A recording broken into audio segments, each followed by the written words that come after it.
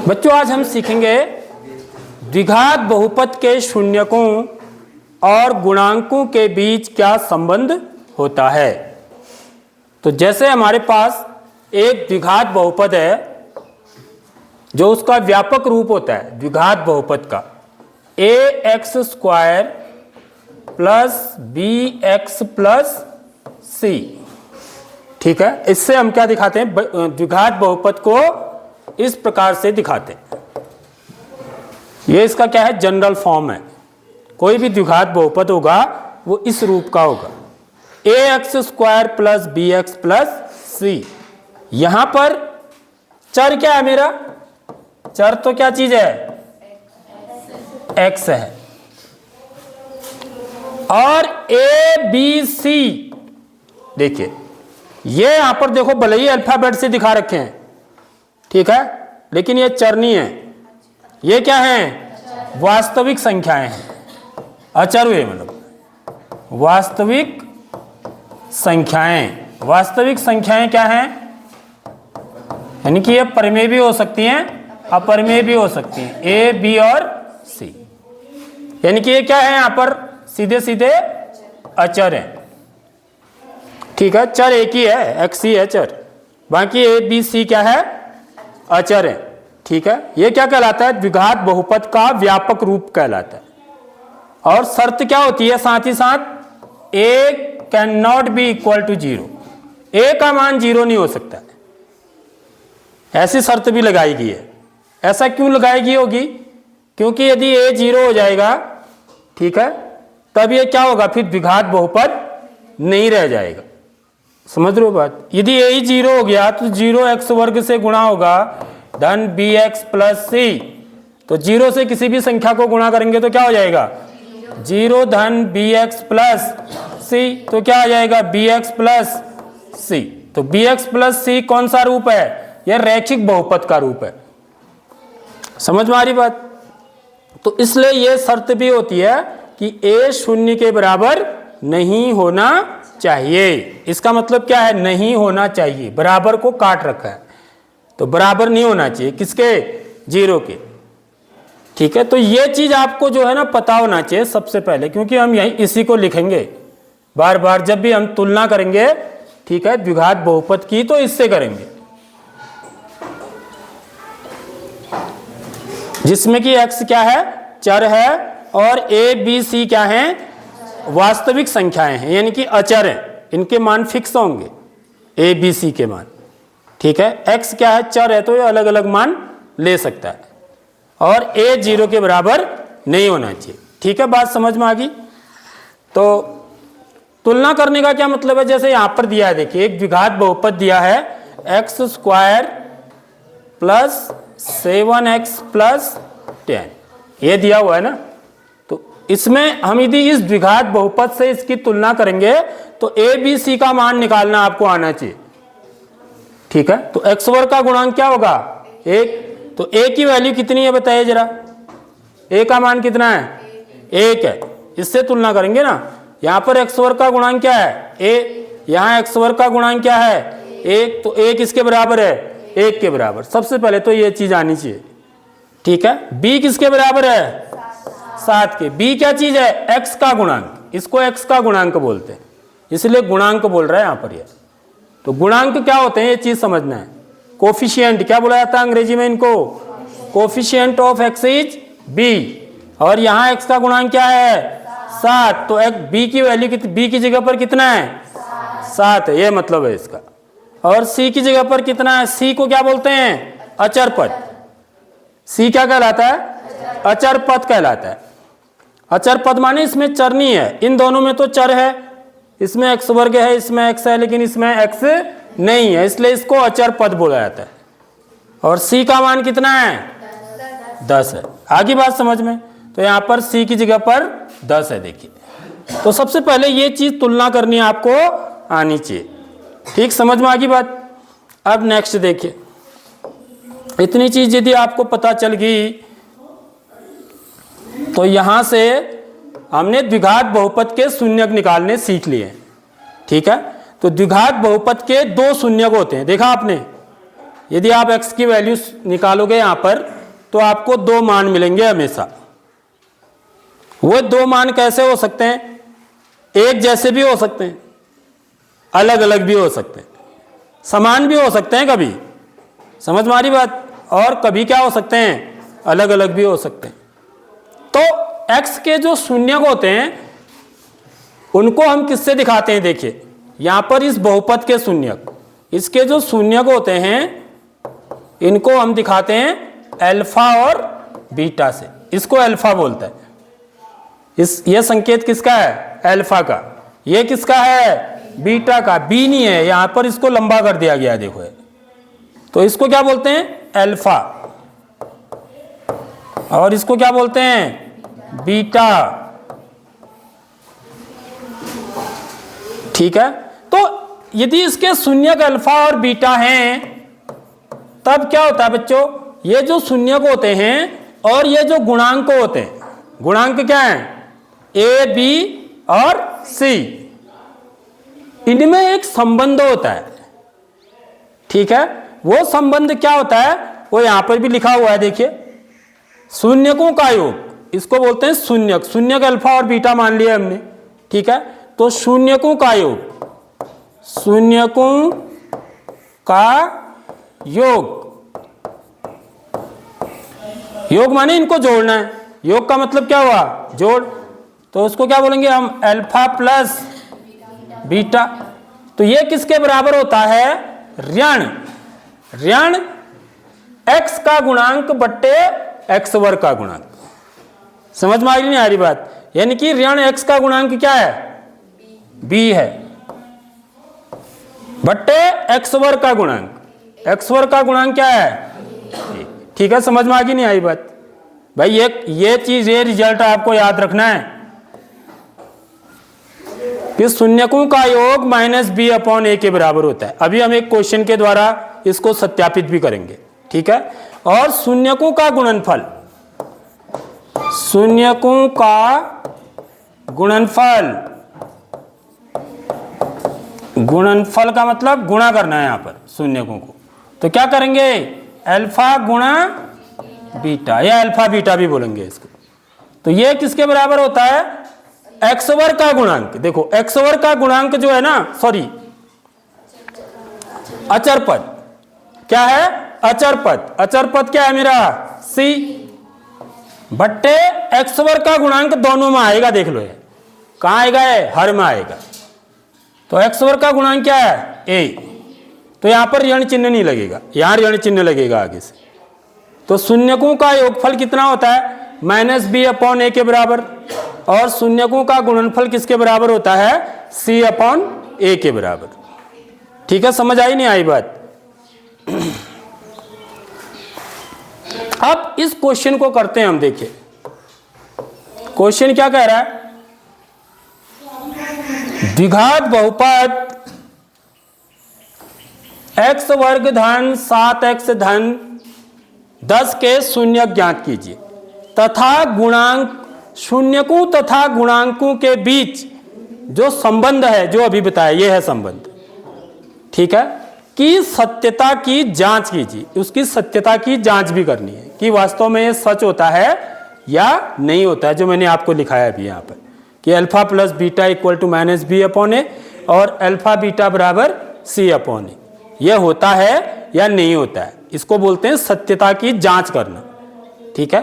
तो इस क्वेश्चन को जब हम करेंगे तो कैसे करेंगे? देखिए, माना px बराबर, बहुपद को किससे दिखाएंगे? px। p का मतलब बहुपद, किसमें? x का मतलब इसमें चर क्या है? x है। x वर्ग धन 7x धन 10।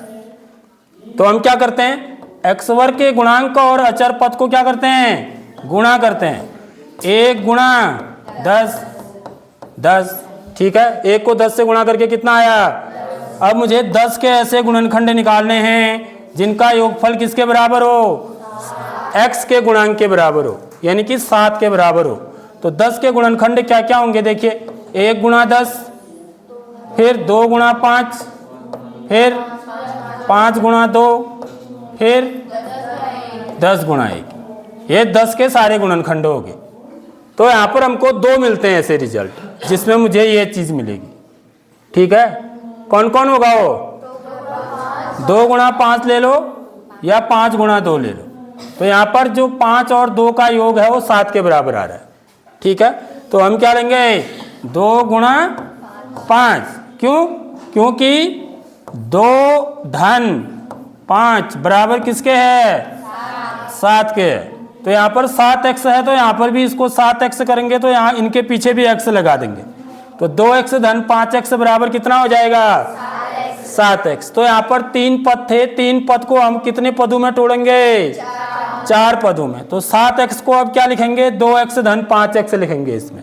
तो इसलिए px बराबर हो जाएगा x वर्ग धन 2x धन 5x धन 10। ठीक है, समझ में आ गई बात बच्चों? अब इन दोनों में क्या चीज कॉमन है? 2 के जोड़े बनाते हैं, x कॉमन है। इन दोनों में क्या चीज कॉमन है? 5 कॉमन है। तो इसलिए px बराबर, तो जो चीज कॉमन होती है उससे गुणा भी कर देंगे, उससे भाग भी दे देंगे। ये क्या हो जाएगा? x वर्ग धन 2x। इतने में ही करना है आपको क्योंकि इन्हीं में है x कॉमन। ठीक है, अगले वाले में प्लस साइन यहाँ पर लगेगा। इन दोनों में क्या चीज कॉमन है? 5 से गुणा भी कर देंगे, 5 से भाग भी दे देंगे। ठीक है, समझ आ रही बात? तो यहाँ पर क्या लिखेंगे? 5x धन 10। ये बात आई समझ में? ऐसा क्यों किया हमने? x को x से भाग देंगे तो कितनी बार जाएगा भाग? 1 बार। तो किसी भी संख्या को 1 से गुणा करके कोई फर्क पड़ता है? नहीं पड़ता है। तो अपने मन से हम कुछ नहीं कर सकते। यदि मैं x से गुणा करूंगा तो x से भाग भी दूंगा। ठीक है, यहाँ 5 से गुणा करूंगा तो 5 से भाग भी दूंगा। अब क्या करेंगे? गुणा वालों को तो, ऊपर वाले को तो ऐसे ही रहने देंगे, जो नीचे वाला x है उससे अंदर ले जाएंगे, उससे भाग ही दे देंगे। तो x वर्ग बट्टे x धन 2x बट्टे x। ठीक है, समझ में आ गई बात? ऐसे यहाँ पर जो गुणा वाला 5 है अंश में उसको ऐसे ही रहने देंगे और जो हर में है उसको अंदर ले जाएंगे, भाग देंगे मतलब में। तो ये हो जाएगा 5x बट्टे 5 धन 10 बट्टे 5। कोई कठिन नहीं है बच्चों, देख लो बहुत आसान है बातें। x अब यहाँ पर भाग देना आना चाहिए। x का भाग x वर्ग में कितनी बार जाएगा? x बार जाएगा, क्योंकि यहाँ पर हम घातांक के नियम इस्तेमाल करेंगे। x वर्ग को क्या लिख सकता हूं मैं? ऐसे भी कर सकते हो आप, x गुणा x हुआ ना x वर्ग बट्टे x। तो x से एक x कट गया 1 बार, तो कितना बचा? x। तो भाग कितनी बार गया? x बार। धन x से x कट गया, ठीक है, तो भाग कितनी बार गया? 2 बार। धन 5 का भागा 5 में 1 बार, तो पूरा भाग कितनी बार गया? x बार। 5 का भागा 10 में 2 बार। तो यहाँ पर अब देखिए, यहाँ पर जो x + 2 है, यदि आपने ये प्रक्रिया सही कर रखी है तो ये चीज आपको सेम मिलेगी। अब हमारे ये पद हैं कितने पदों में बदल गया? 2 पदों में। पहले 3 थे, 3 के 4 बनाए, 4 के 2 बनाए, अब 2 का 1 बनाएंगे। ठीक है, तो यहाँ पर क्या चीज कॉमन है? x + 2। हम देख रहे हैं x + 2 कॉमन है, तो x + 2 से गुणा भी करेंगे, x + 2 से भाग भी देंगे। ठीक है, तो और इसको पूरा लिख देंगे ऐसे, x × x + 2 + 5 × x + 2। ठीक है बच्चों, आ रही बात समझ में? जो चीज कॉमन होती है उससे गुणा भी करेंगे, उससे भाग भी करेंगे जहां भी है। अब ऊपर वाले को तो ऐसे ही रहने देंगे, x + 2 को, ऊपर वाला x + 2 को ब्रैकेट लगा के लिखेंगे और नीचे जो हर में है उसको अंदर ले जाएंगे। तो x गुणा x धन 2 बट्टे x धन 2, ब्रैकेट ऐसे लगेंगे, और धन 5 गुणा x धन 2 बट्टे x धन 2। ठीक है, बात समझ में आ गई? x + 2 से x + 2 कैंसिल हो गया कितनी बार? 1 बार। x + 2 से x + 2 कैंसिल हो गया कितनी बार? 1 बार। तो यहाँ क्या बचा? x + 2 इंटू यहाँ क्या बचा फिर? x धन 5। तो ये इसके गुणनखंड निकल गए। तो सबसे मेन बात है गुणनखंड निकालना। ठीक है, उसके बाद हम शून्यक निकालेंगे। तो शून्यकों के लिए क्या लिखेंगे आप? शून्यकों के लिए जब शून्यक निकालने हैं तो उसके लिए हम पी एक्स का मान किसके बराबर रखेंगे? 0 के बराबर, क्योंकि जो शून्यक होते हैं वो क्या कर देते हैं? बहुपद का मान 0 कर देते हैं, 0 के बराबर बना देते हैं। इसलिए शून्यकों के लिए हम क्या करेंगे? पी एक्स का मान किसके बराबर रखेंगे? 0 के बराबर। तो इसका मतलब x धन 2 गुणा x धन 5, यह है ना गुणनखंड, पी एक्स की वैल्यू यह है, ये पी एक्स का ही मान है, x plus 2 into x plus 5। ठीक है, तो ये किसके बराबर रख देंगे? इसको ये किसके बराबर हो जाएगा? 0 के बराबर। यदि ये 0 के बराबर है, ये दो संख्याओं का गुणनफल 0 के बराबर आ रहा है। तो मैंने कल बताया था यदि दो संख्याओं का गुणनफल 0 के बराबर है तो 3 कंडीशन हो सकते हैं, या तो पहली संख्या 0, या दूसरी संख्या 0, या फिर दोनों ही 0। ठीक है, तो यहाँ पर हम कौन सा लगाएंगे? या तो पहली संख्या 0 है या फिर दूसरी संख्या 0 है। ठीक है, तो क्योंकि दोनों का गुणनफल 0 के बराबर आ रहा है, तो इसलिए हम लिखेंगे यहाँ से this implies that x plus 2 equal to 0 या x धन 5 बराबर 0। तो यहाँ पर ये क्या आ गया? एक रैखिक समीकरण जैसे हम हल करते हैं। x धन 2 बराबर 0 है तो x का मान कितना होगा? तो x बराबर कितना आएगा? ऋण 2 आएगा। ठीक है, यदि x प्लस 2 इक्वल टू 0 है तो x की वैल्यू क्या आ जाएगी? यहाँ से दोनों पक्षों में 2 घटाने पर, तो यहाँ भी 2 घटाएंगे, यहाँ भी 2 घटाएंगे, तो यहाँ -0 -2 हो जाएगा, यहाँ 2 -2, तो क्या बचेगा? x की वैल्यू -2। और x प्लस 5 इक्वल टू 0 है तो यहाँ से x बराबर क्या आ जाएगा? ऋण 5। समझ में आ रही नहीं आ रही बात? तो ये क्या आ गए मेरे? शून्यक आ गए। क्या? ऋण 2 और ऋण 5। तो ऋण 2 को हम क्या मानेंगे? अल्फा। एक शून्यक को अल्फा और दूसरे वाले को बीटा। इसके बाद हम क्या करेंगे? शून्यकों और गुणांकों के बीच संबंध की सत्यता की जांच करेंगे। ठीक है, तो पहले इतना नोट करिए। तो शून्यकों और गुणांकों के बीच संबंध की सत्यता की जांच करेंगे। उसके बाद समझ लो इसको ये कैसे करेंगे। तो यहां पर शून्यक क्या है मेरे बच्चों? शून्यक क्या है? ऋण 2 और ऋण 5, ये मेरे शून्यक हैं। ठीक है, शून्यक क्या है? ऋण 2 तथा ऋण 5। तो एक शून्यक को इसलिए अल्फा बराबर ऋण 2 और बीटा बराबर ऋण 5। एक शून्यक को अल्फा मानेंगे, एक शून्यक को बीटा मानेंगे। ठीक है, अब हम क्या निकालेंगे? शून्यकों का योग,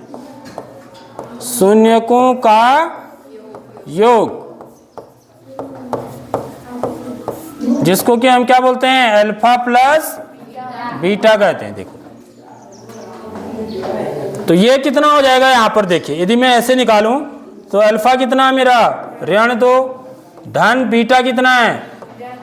ऋण 5 है। ठीक है, समझ आ रही बात? तो इसको ऐसे लिखेंगे, ब्रैकेट में लगा के लिखेंगे ऋण 5। ऐसे नहीं लिखेंगे ऋण 2 धन ऋण 5, कोई ऐसे कर देता है। तो 2 चिन्ह ऐसे कभी भी खुले में नहीं आते हैं। तो ऋण 5 को यदि धन के बाद ऋण आ रहा है तो ब्रैकेट के अंदर लिखेंगे। ये बात समझ आ गई बात? तो ये कितना हो जाएगा? ऋण 2 धन गुणा ऋण 5। तो ऋण 2 ऋण 5 कितना हुआ? ऋण 7 हो गया। ठीक है, समझ आ गई बात? अब हम ये निकालेंगे, ये माइनस बी अपॉन ए, ये किसके बराबर होना चाहिए? माइनस बी अपॉन ए के बराबर होना चाहिए। ठीक है, अब इसकी तुलना हम करें, x square plus 7x plus 10 की तुलना A X square plus B X plus C से करने पर, इससे इसकी तुलना करेंगे आप तो a की वैल्यू क्या आ रही है? a बराबर कितना है? कितना a बराबर? 1 है, b बराबर 7, c बराबर 10। ठीक है, अब हम क्या निकालेंगे, -b/a निकालेंगे, या ये ऐसा लिख सकते हो, ऋण x का गुणांक बट्टे x वर्ग का गुणांक भी लिख सकते हो। समझ में आ रही बात? तो हम यहां पर निकालते हैं ऋण x का गुणांक बट्टे x वर्ग का गुणांक, जिसको कि आके क्या बोलते हैं, -b/a कहते हैं। समझ रहे हो? तो -b/a, b कितना है 7/a कितना है 1, तो कितना आ गया है, ऋण 7 आ गया है। देखो ये दोनों बराबर आ रहे हैं, नहीं आ रहे हैं, दोनों बराबर आ रहे हैं, नहीं आ रहे हैं। इसकी वैल्यू भी ऋण 7 आई, इसकी वैल्यू भी ऋण 7 आई, तो इसलिए हम क्या बोलेंगे, इसलिए alpha plus beta equal to -b/a बराबर कितना आया मेरा, ऋण 7 आया। ठीक है, समझ आ गई बात? तो इतनी चीज नोट करिए पहले, या यहां पर करता हूं इसको, देखिए। अब हम दूसरी चीज क्या निकालते हैं, शून्यकों का गुणनफल। ठीक है, शून्यकों का गुणनफल, शून्यकों का गुणनफल, जिसको कि हम क्या बोलेंगे, अल्फा गुणा बीटा। तो अल्फा कितना है, ऋण 2 गुणा बीटा कितना है, ऋण 5, तो कितना आ गया, ऋण गुणा ऋण धन, 2 पंचे 10। तो ये किसके बराबर आना चाहिए, अचर पद बट्टे x वर्ग का गुणांक। समझ में आ रही नहीं आ रही बात? ये इसके बराबर आना चाहिए। तो देखो इसमें जरा सा कलर चेंज करके लिखता हूं, यहां पर ये अलग है। अब यहां पर हम क्या निकालेंगे, अचर पद बट्टे x वर्ग का गुणांक, जिसको कि क्या बोलते हैं, c/a कहते हैं। ठीक है, तो c की वैल्यू कितनी है, देखो 10 है, a का मान कितना है 1, तो बराबर कितना आ गया 10। तो दोनों बराबर आ रहे हैं, नहीं आ रहे हैं, देखिए बराबर आ रहे नहीं, समझ रहे हो? तो यानी कि जो मेरा अल्फा गुणा बीटा आया वो किसके बराबर आया, c/a के बराबर। तो यहां पर हम लिखेंगे अंत में, इसलिए अल्फा बीटा बराबर c/a बराबर कितना आया 10। तो ये बराबर आ रहे, ये बात आ गई समझ में? तो शून्यकों का योगफल अल्फा प्लस बीटा किसके बराबर आना चाहिए, -b/a के बराबर आना चाहिए। ठीक, और शून्यकों का गुणनफल अल्फा गुणा बीटा, यानी कि अल्फा बीटा किसके बराबर आना चाहिए, c/a के बराबर। तो इसी को क्या बोलते हैं हम, शून्यकों और गुणांकों के बीच संबंध के सत्यता की जांच। ठीक है, समझ आ गई बात बच्चों?